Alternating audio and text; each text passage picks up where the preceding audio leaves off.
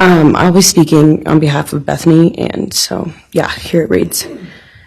My name is Bethany Funke, and I was roommates with Maddie, Kaylee, Xana, and Ethan. I not only lost some of my best friends, but I also lost a sister. Never in a million years would I have thought that something like this would have happened to my closest friends. I thought that we were going to wake up and go upstairs, see them and tell them how they had scared us and that they were going to tease us about how we are constantly scaredy cats. And make jokes about it as we would go to Taco Bell like always. But sadly, that is not what happened and what turned out to be my worst nightmare. When I first woke up that morning, I had no idea what happened. So I called my dad, who is a dentist, and he asked what I should do. He told me to take Advil, so I did, and I went back to sleep. I was still out of it and still didn't know what happened. If I had known, I of course would have called 911 right away. I still carry so much regret and guilt for not knowing what had happened and not calling right away, even though I understand it wouldn't have changed anything, not even if the paramedics had been right outside the door.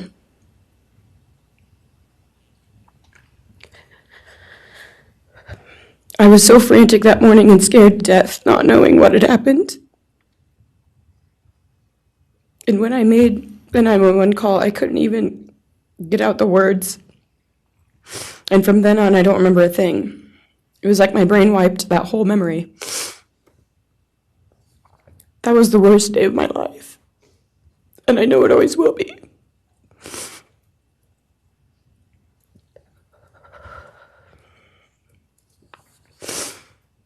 While I was still in shock, trying to process the fact that my friends were truly gone, I had been attacked by the public.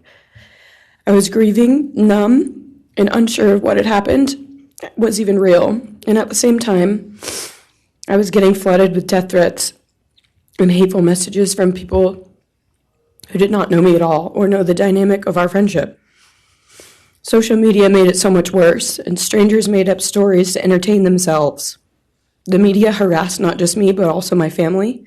People showed up at our house. They called my phone, my parents' phones, other family members' phones, and we were chased while I was still trying to survive emotionally and grieve the loss of my friends. I hated and still hate that they are gone, but for some reason, I am still here and I got to live. I still think about this every day. Why me? Why did I get to live and not them? For the longest time, I could not even look at their families without feeling sick with guilt. I did not know what to say or what to do. I was terrified that my presence just made their pain worse, and I was still here when their kid, their siblings and their friends, their loved ones should have been here instead. After everything happened, I was afraid to go into my own backyard or alone in my house. I was scared that the person who did this would come for me next. I was always scared that the media would try to catch me at any moment of any day, even when I was just walking around my house. I made my parents close all the blinds during the day so no one could see me even in the slightest chance. I barely left the house, and when I did, I made sure I was never alone. I slept in my parents' room for almost a year. I made them double lock every door, set an alarm, and still check everywhere in the room just in case someone was hiding. And I still check my room every night before, and I double lock it. I have not slept through a single night since this happened. I constantly wake up in panics, terrified. Someone is breaking in, or someone is here to hurt me, or I'm about to lose someone else that I love. The fear never really leaves. For a long time, I could barely get out of bed. But one day I realized I have to live for them. They did not get the chance to keep living, but I do, and I will not take that for granted. So now every day I remind myself to live for them, and everything I do it with them in mind. I am still scared to go out in public, but I force myself to do things because I know that they would want me to keep living my life to the fullest. I am beyond blessed to still be here, and I refuse to take that for granted when they did not get a chance. Our house was not just a house, it was a home. It was where we laughed till we couldn't breathe, make meals, did crafts, binge watch reality shows, played games, and spent lazy days on the couch. It was movie nights, wine nights, morning debriefs, pranks, hot chocolate, cookies, and warmth. I would cherish those memories forever, and I will not let what happened erase how special our home was or how much those memories meant to me. Now I would like to share some bits and pieces of who they were as people and some of the memories that we shared. One of my favorite memories was Halloween, and we all went to Sigma Chi. But instead of partying, we just sat in an apartment, talking and laughing all night long.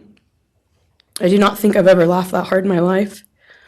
We did not care about the party, we were just happy to be with each other. Xana was 1 in a million. She was the life of the party.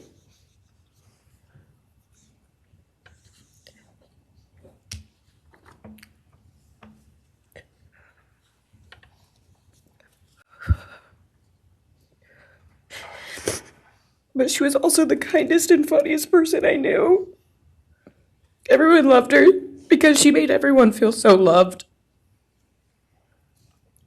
She was just someone you always wanted to be around, no matter the circumstance.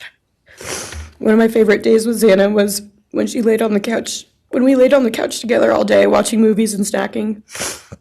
Or when she, Maddie, and I would go and get margaritas, chips, and salsa. She would also light up a room with her presence alone. Kaylee had the most beautiful, radiant smile, and she was so kind, but also one of the funniest people I've ever known. She loved playing little pranks, and she always had us laughing so hard that we could not breathe. She was so full of energy and life. I really believed that she could have ruled the world if she wanted to, and she would have been America's sweetheart. Ethan was the sweetest, most genuine guy. He was always smiling and always making other people smile too. Ethan was the kind of person you wanted around. He was so kind and easy to talk to and just so fun. And the way he cared for Xana was truly something to admire. And really was proof that storybook love and true romances really do exist. It was not only obvious to me, but everyone that was around Ethan and Xana that they were absolute soulmates. Maddie was not only one of my best friends, but she was the older sister I would have always wanted. There was no one I looked up to or admired more than Maddie. She was truly a ray of sunshine, and everyone was drawn to her. She was so kind, loving, funny, fun, and passionate. She had the sweetest soul and wanted nothing but the best for everyone, and to love and show love to everyone. She took me under her wing and always made me feel so safe and included, and above all, loved and valued. She never failed to make me laugh or put a smile on my face. Still to this day, I am beyond grateful that she chose me to be her sorority little, and I thank God every day that I not only got to know her, but had her as one of my best friends. Honestly, I cannot pinpoint one favorite memory with Maddie because I have so many, and this would be a very long read if I did. But if some little memories with her that I cherish is when the two of us made a nice dinner and split some wine, or when we would binge watch Jersey Shore or Summer House. When we came up with a whole dance routine on Halloween and danced and sang all night, like no one was watching. All the late night walks home from going out, and just little shopping trips and so much more. I am beyond blessed that I had the chance to know each and every one of them. They changed my life in ways I would have never put into words. I hope that they are remembered for who they are, not what happened to them, because who they are were so beautiful, and they deserve to be remembered in the highest way. My heart breaks every time I go to text one of them or how badly I wish I could see and hang out with them. And then I remember I cannot. I will never be able to again. But I still talk to them in my prayers every single night, and I always will. I wish more than anything I could hug them one last time. And I wish I could tell them how much I love them. And even though I cannot, I still tell them every night. I will keep living for them as long as I am lucky enough to still be here. And they were all truly one of a kind. And they will be in our hearts forever and always.